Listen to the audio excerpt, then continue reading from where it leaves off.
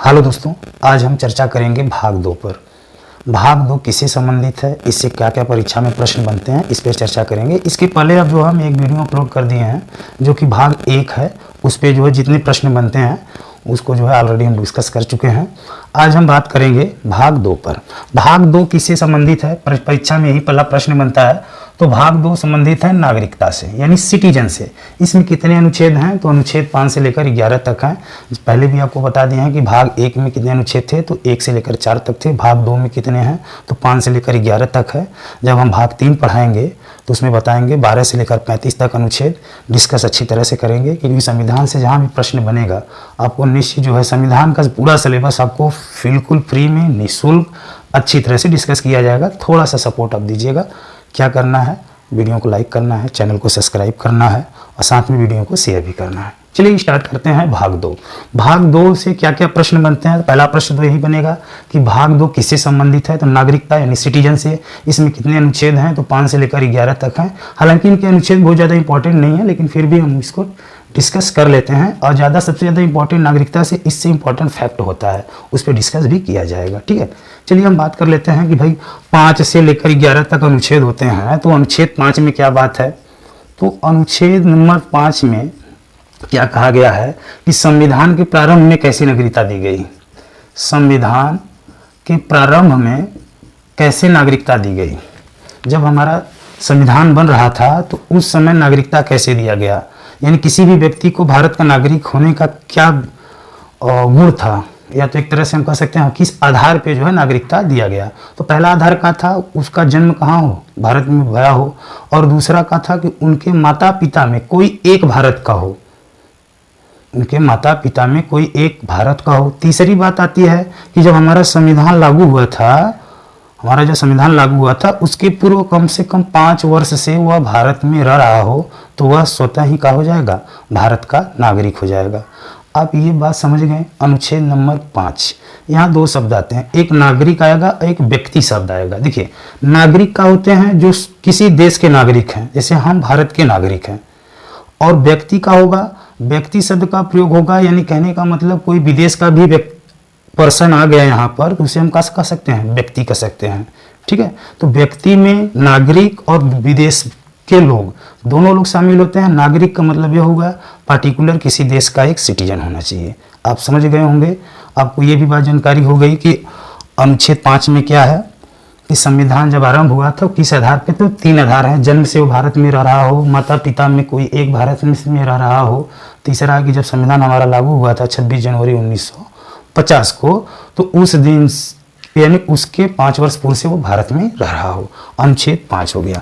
अब देखिए अनुच्छेद 6 में क्या है और अनुच्छेद 7 में क्या है, दोनों साथ में डिस्कस करते हैं। देखिए अनुच्छेद जो 6 था, पहले एक बात समझ जाइए।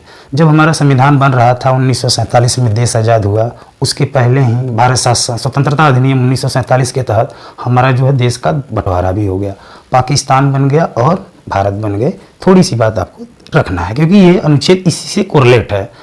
तो जब भारत और पाकिस्तान बन गया तो भाई वहाँ के जो नागरिक होंगे वो क्या करेंगे, ये बंटवारा हो गया। तो कुछ लोग जो क्या किए, पाकिस्तान से भारत वापस आ गए, और कुछ लोग भारत से कहाँ चले गए, पाकिस्तान चले गए हैं। ठीक है, तो उनसे संबंधित जो भी नागरिकता का प्रावधान है, अधिकार है, वो अनुच्छेद 6 और 7 में है। देखिए 6 में अब क्या है, इसको देखिए। अब 6 में कहा था कि पाकिस्तान से जब देश का बंटवारा हुआ तो कुछ लोग जो है पाकिस्तान से भारत में आ गए।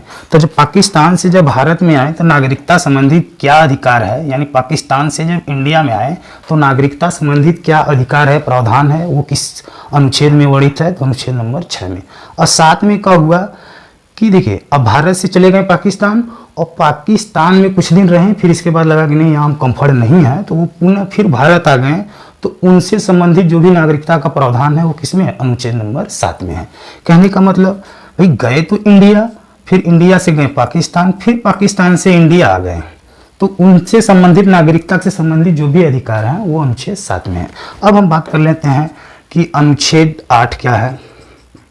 देखिए अनुच्छेद 8 क्या है, भारत के बाहर रहने वाले भारतीय मूल के व्यक्ति, यानी भारत के बाहर यानी किसी विदेश में है लेकिन भारतीय मूल के हैं, वो किस आधार पर नागरिकता ग्रहण करेंगे, इसका उल्लेख किसमें है, अनुच्छेद 8।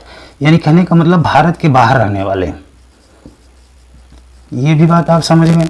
अब हम बात करते हैं अनुच्छेद 9 की। अनुच्छेद 9 में क्या है, देखिए, यदि कोई व्यक्ति है किसी अन्य देश का नागरिकता ग्रहण कर लेता है तो स्वतः इस देश की नागरिकता क्या हो जाती है, समाप्त हो जाती है।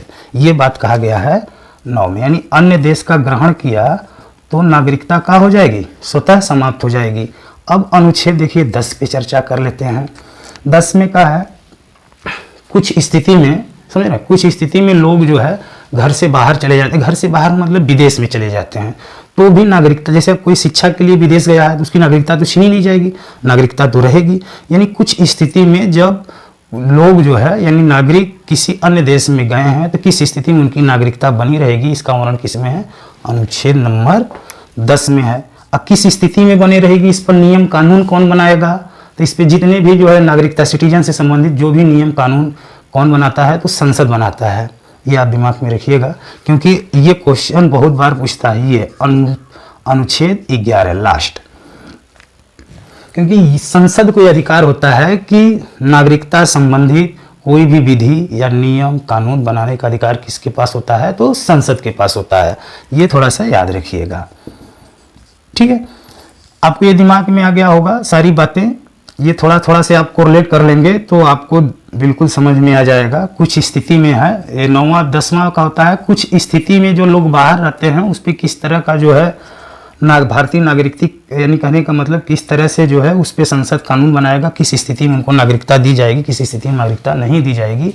ये था 10।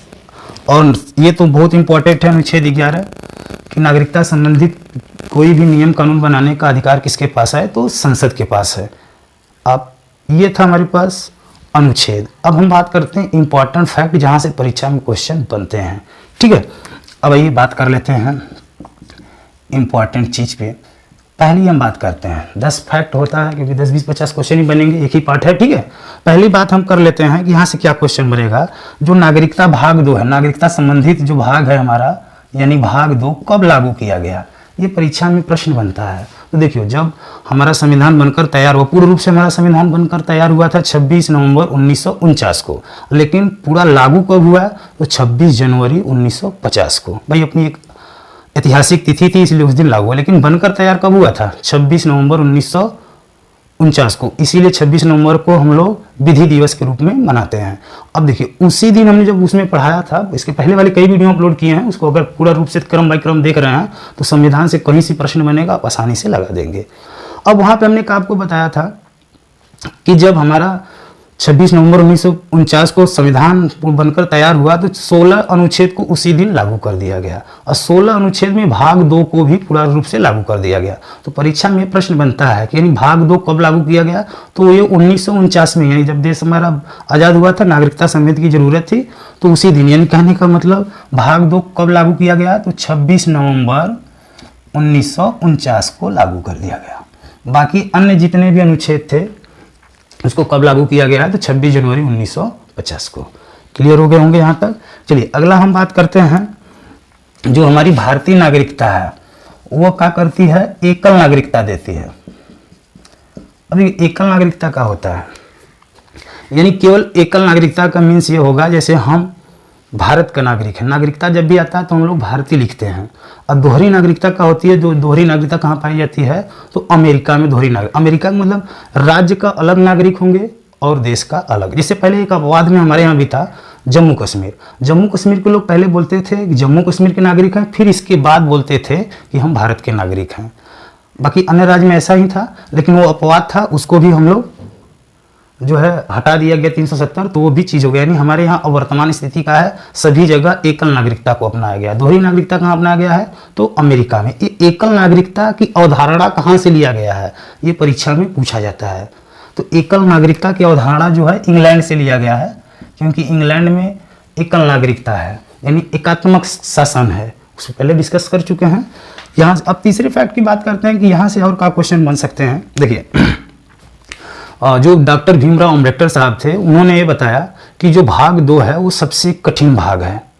यानी जितने भी भाग हैं, 25 भाग कहो या 22 भाग दिमाग में कहो, हालांकि आपको बता दें वर्तमान में 22 भाग होते हैं, कहीं कहीं किसी में मिस प्रिंटिंग वजह से 25 बोलते हैं, वो भाग नहीं होते हैं। अब जैसे 4 क, यानी स्ट्रा तो 5 नहीं बनना, लेकिन 4 क जोड़ा गया तो उपभाग है, लेकिन किसी किसी परीक्षा में बोलता है कि 25 भाग हो गए, लेकिन वर्तमान में 22 भाग हैं, ये दिमाग में रखिएगा।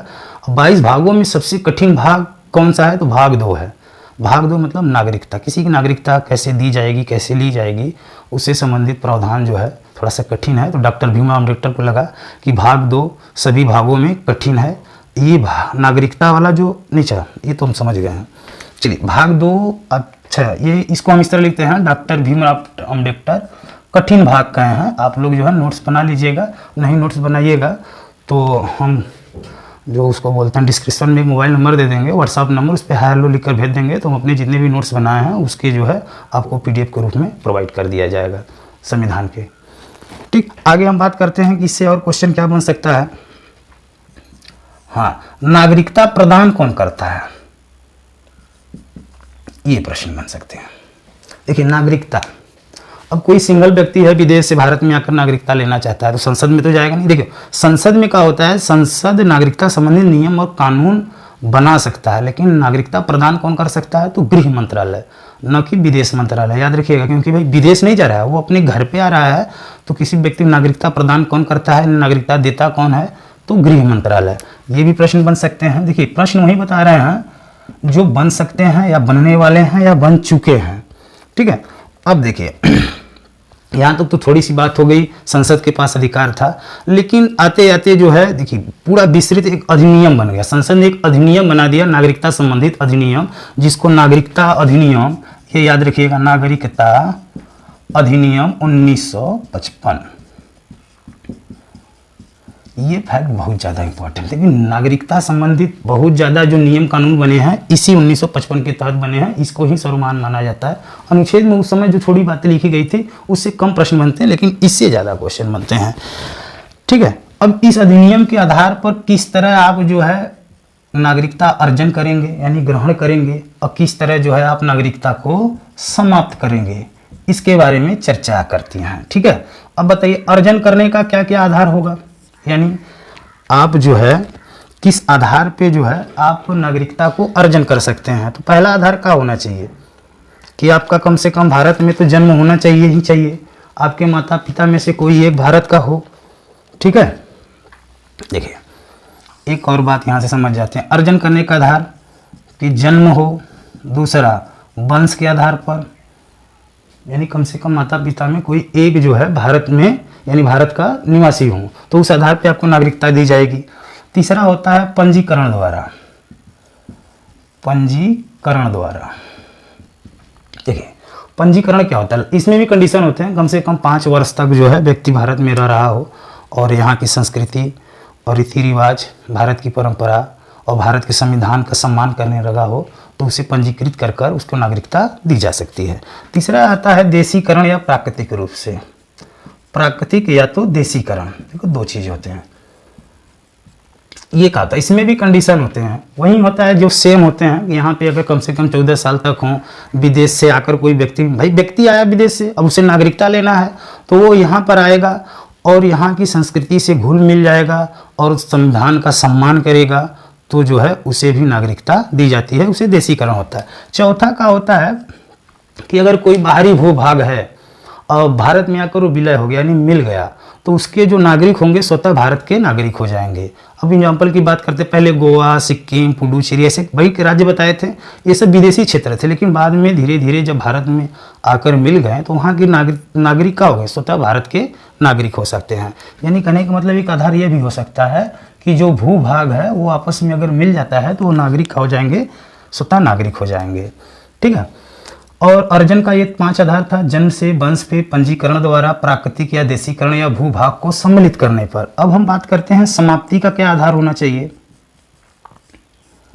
समाप्ति यानी समाप्ति का होगा, पहला तो होगा यदि कोई भी व्यक्ति है या कोई भी नागरिक है अगर वो अपनी स्वेच्छा से नागरिकता को त्याग देता है तो स्वतः उसकी समाप्त हो जाएगी।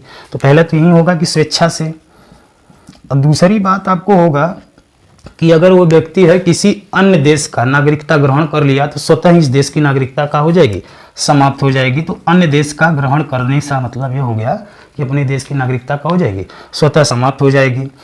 और तीसरी है बात कि सरकार जो होती है किसी सरकार द्वारा नागरिकता से वंचित भी किया जा सकता है। जो सरकार है उसके द्वारा नागरिकता जो होता है उससे आप वंचित हो सकते हैं। कब होंगे? आपके पास कंडीशन होनी चाहिए।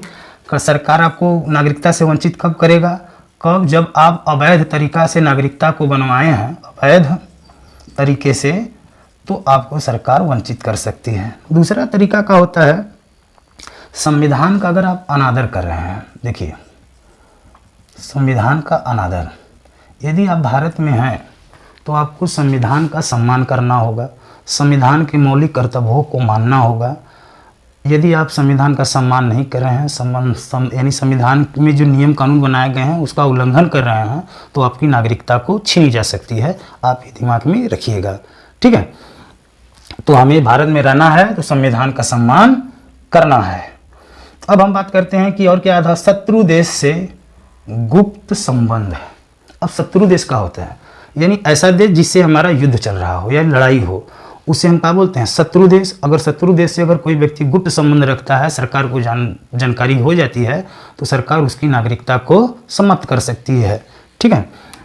और लगातार, अगली बात, लगातार 7 वर्षों तक अगर बिना कहे लगातार किसी अन्य देश में हैं आप, ठीक है, कोई सूचना भी नहीं दिए, किसी अन्य देश में जो है लगातार 7 वर्षों से आप हैं, तो आपकी नागरिकता स्वतः क्या हो जाएगी? समाप्त कर दी जाएगी। आई होप ये बात आप समझ गए होंगे। अब देखिए, जो नागरिकता अधिनियम है, तो इन सब में भाई कुछ न कुछ तो अपवाद रहे होंगे। नागरिकता अधिनियम में कम से कम कुछ तो अपवाद रहे होंगे।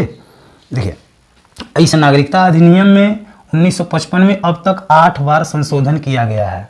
अब तक 8 बार संशोधन किया गया है। 1992 जब नागरिकता संशोधन हुआ था तो उसमें ये तय किया गया था, देखो 92, 2003, 5, 2015 में भी संशोधन हुआ है।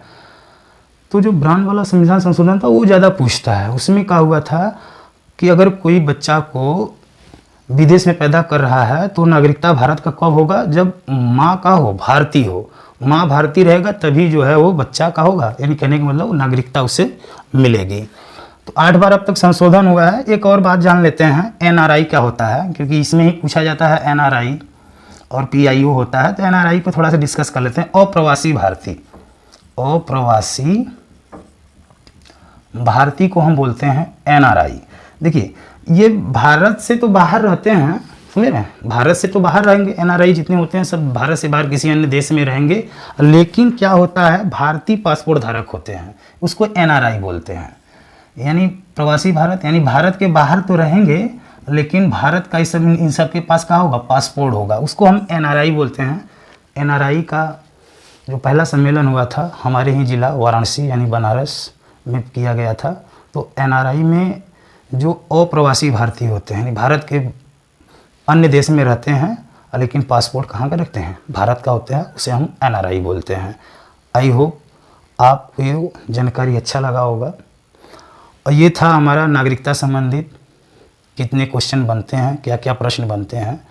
तो ये डिस्कस था एक तरह से नागरिकता पे। अगले वीडियो में हम फिर से मिलेंगे मूल अधिकार यानी भाग 3 को लेकर।